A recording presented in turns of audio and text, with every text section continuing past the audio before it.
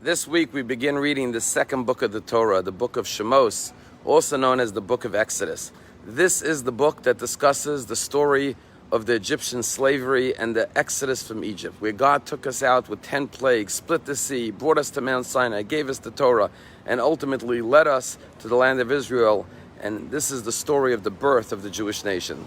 This story is so critical and so essential to understanding who we are that every day in the Shema, we remember the exodus from Egypt. There's a commandment to recall the events of this story every day of our lives. However, there's one day of the year that we have to not only recall it in our memory, but relate it to our children.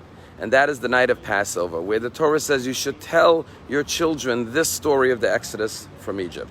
However, the Hasidic masters tell us that there's another interpretation to the Torah's commandment, to tell it to your children. We know that today in psychology, there's a great deal of discussion about the inner child, that we are always living our lives with that inner child. So the Torah says, tell it to your child, meaning to your inner child. One night a year on Passover evening, you must speak to your inner child and teach your inner child the lessons of liberation, of freedom, of redemption in our own personal spiritual struggles, to find a way to free ourselves from anything that holds us back, restricts us, inhibits us, and doesn't allow us to reach our fullest potential. And the rabbis say there are three things that we could learn from a child. The first thing we could learn from a child is that a child, by nature, is never giving up. If you ever see a child, even before they could walk, they're crawling, they're trying their best to move forward with whatever they have, whatever abilities they have, even if they can't walk. And then when they start walking, they take a few steps and they fall down, they immediately get up again and try again. And no matter how many times the child falls, the child keeps on getting up again and again and again. Sometimes adults forget how to be a child. They forget how to keep on persevering. We fall down and we become defeated. We give up. We don't try again. And if we try again, we don't try again and again and again like a child. Like a child, we have to never give up.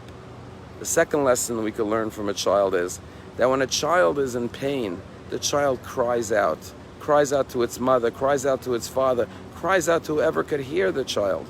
But as adults, sometimes we're afraid to be vulnerable. We're afraid to show our raw emotions. We're afraid to cry, and we hide it, and we suffer in silence. Like a child, we have to be able to cry out to God, cry out to others, to show our feelings. And when we're in need, we have to be able to show others that what we really need, and thereby be able to get help rather than suppress our feelings and emotions.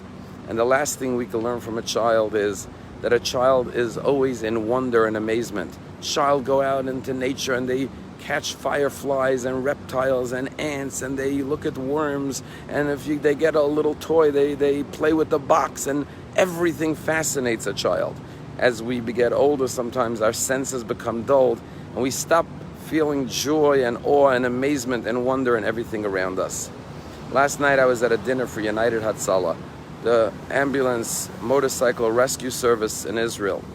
And Eli Beer, the founder, told the following story, that this year, literally 10 minutes before Passover, they get a call from a 90-year-old woman, and she says, I need help.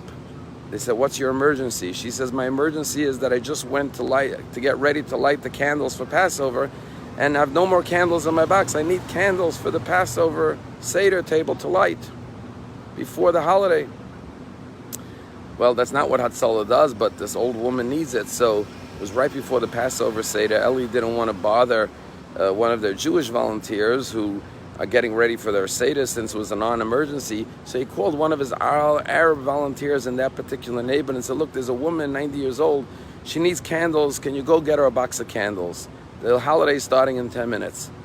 The Arab volunteer jumps on his motorcycle, puts on his siren, and runs to the local store, gets a box of candles. While he's at it, he gets a bouquet of flowers, puts it in the back of his cycle, and runs off to the woman, runs up the steps. The woman opens the door, and the first thing he notices is that on this woman's hand is a tattoo with a number from the concentration camps.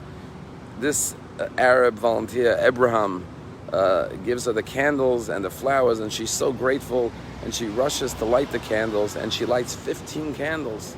And after she lights the candles, the Arab volunteer says, "Can I help you with anything else?" And she said, "I'm lonely, you could sit and talk to me a little bit."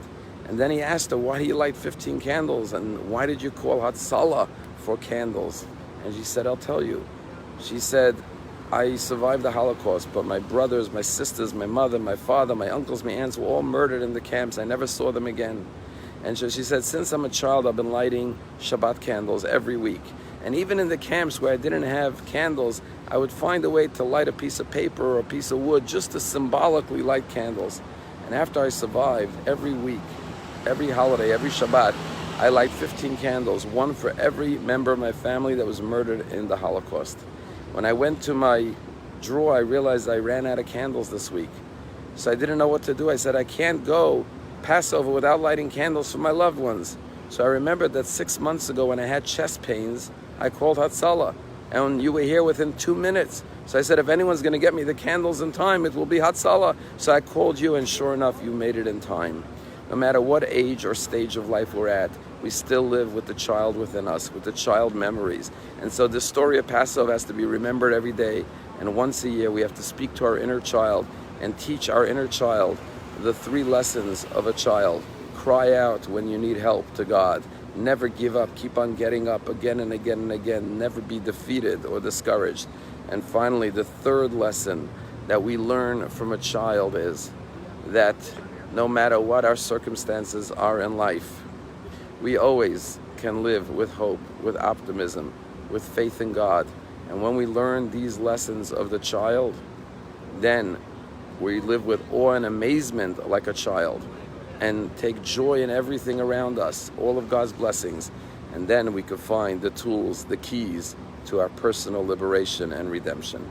Have a wonderful day.